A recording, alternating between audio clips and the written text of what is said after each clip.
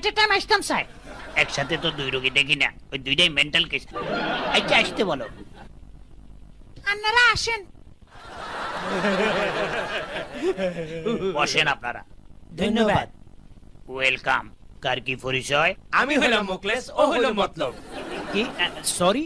আমি হইলাম মুখলেস, ও হইল মতলব। একজন একজন বলেন। আমরা সরি। আচ্ছা বুঝলাম, একজন মোকলেস আর একজন মতলব তো। ইয়েস। দেখতেছি আপনারা দুজনেই একই সাথে একই কথা বলেন, ডেঞ্জারাস। ডাক্তার সাহেব, এই জন্যই আমরা আপনার কাছে আইছি। এই সমবেত কার্যকলাপ কতদিনের? বলতে পারেন, এক্সকিউজ মি, প্রায় বাল্যকাল থেকে। অনেক পুরান রোগ। জি জি।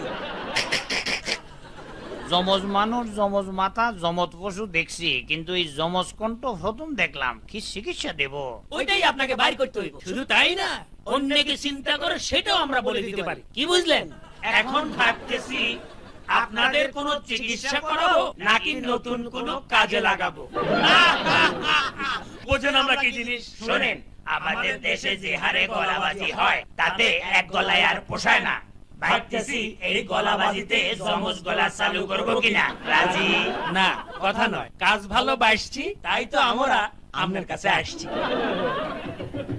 আইয়েন। সরি, বিরক্ত করলাম। স্যার, দূরবে আপনার জ্যাঠাতো ভাইয়ের বউ ভাত যাইতেন না? জামু, তবে আমি এখন সমবেত কথার মধ্যে আছি, কোনটা কার কথা বুঝতেছি না, পরে আসিও। আচ্ছা স্যার।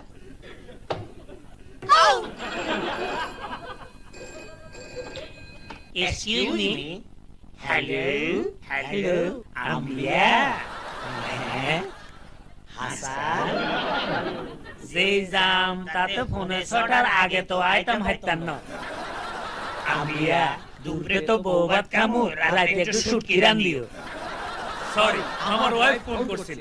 আমরা কিছু মনে করি না। যাওগা, আপনাদের চিকিৎসার জন্য এই দুইটা ওষুধ আপনাদেরকে দিলাম। আমি খুব খুশি হয়েছি, কারণ আপনারা জোড়া গলায় কথা বললেও গলাবাজি পছন্দ করেন না। Thank you. ওষুধটা কাজ করব তো? অবশ্যই করব, তবে কিছুদিন দুইজনই সেপারেট থাকিয়েন। Thank you.